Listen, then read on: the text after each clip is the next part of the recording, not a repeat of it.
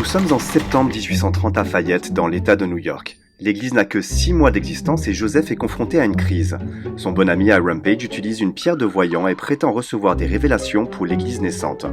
Les nouveaux membres s'interrogent. Chacun peut-il recevoir à tour de rôle des révélations pour l'église, comme c'est le cas dans certaines religions? Ou bien doit-il y avoir un seul porte-parole du Seigneur?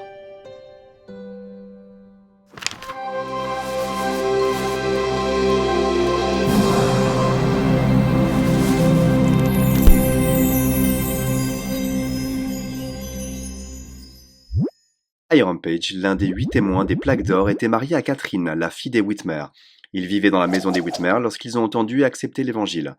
Mais des problèmes sont apparus lorsqu'il a professé recevoir des révélations par l'intermédiaire de la pierre de voyant qu'il avait trouvée. Attendez, quoi? Mais qu'est-ce qu'une pierre de voyant?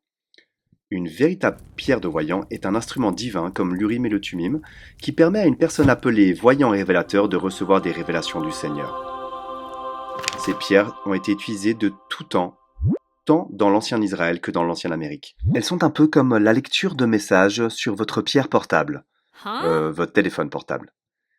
Joseph utilisait souvent une pierre de voyant pour recevoir des révélations et pour aider à la traduction.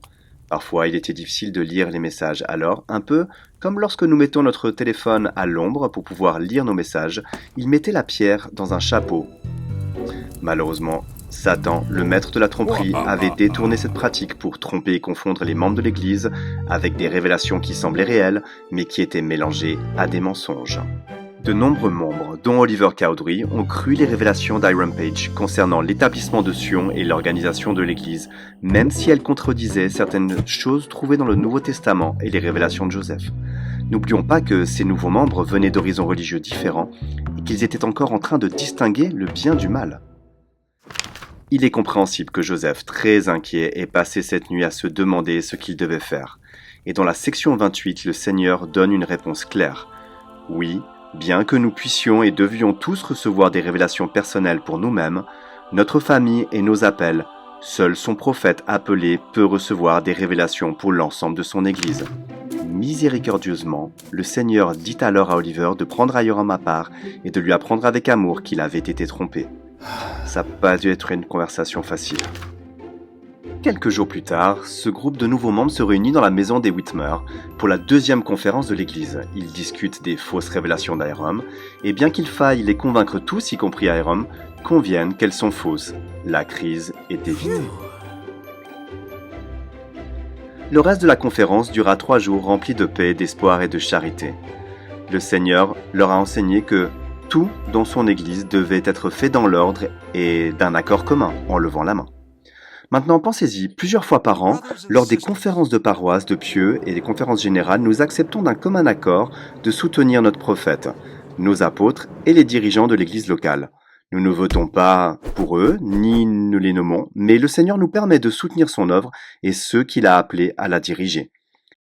Existe-t-il une autre organisation dans le monde entier, dont la majorité des membres soutiennent pleinement leurs dirigeants plusieurs fois par an? Ouais, beaucoup de gouvernements, de courtiers en bourse, d'entreprises et de boys bands feraient probablement faillite rapidement. Dans les sections 27 et 28, le Seigneur explique plus en détail plusieurs des clés nécessaires à la gestion de son royaume sur terre. Ces clés cruciales ont été données à Joseph par plusieurs anciens prophètes qui lui ont rendu visite. Notre prophète se promène-t-il avec un très gros trousseau de clés comme un concierge? Non, les clés de la prêtrise ne sont pas des clés physiques que l'on tient dans sa main, mais elles représentent l'autorité du Seigneur pour diriger son œuvre. Pensez-y de la façon suivante. Si vous avez une belle et grosse voiture dans votre garage, elle ne vous servira pas à grand-chose si vous n'avez pas le pouvoir que lui confèrent les clés. Vous ne pouvez pas la conduire, pas baisser les vitres ou écouter de la musique sans les clés. « Hé papa, je peux avoir les clés de la voiture ?»« Non, tu n'as que 7 ans mon grand. » L'évangile est le même. Vous ne pouvez pas confirmer quelqu'un si vous n'avez pas les clés ou l'autorité pour le faire. Et vous ne pouvez pas recevoir de révélation pour toute l'Église si vous n'avez pas ces clés. Sans les clés de la prêtrise, vous restez assis dans la voiture. C'est beau à voir, mais ça ne sert à rien. En ce qui concerne les clés de confirmation, bien qu'Emma Smith et Sally Knight aient été baptisées en juin, elles n'étaient pas encore confirmées à cause de la persécution intense qui continue à perturber les réunions.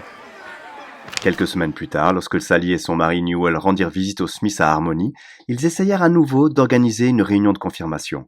Joseph voulait suivre l'exemple du Christ dans le livre de Mormon, à savoir administrer la Sainte Seine avant de donner le don du Saint-Esprit. Et il s'était donc préparé à un service de Sainte Seine en allant acheter du vin pour la réunion. Ne vous inquiétez pas, il n'y avait pas encore la parole de sagesse. À quelques pas de chez lui, un ange l'arrêta et lui dit « N'achète pas de vin à tes ennemis ». Il y avait certainement des méchants qui traînaient et qui voulaient du mal à ces Mormons. L'ange lui a également expliqué que ce qu'il mangeait ou buvait pour la Sainte Seine n'avait pas vraiment d'importance, tant que c'était fait avec l'autorité appropriée et avec un œil fixé uniquement sur la gloire de Dieu.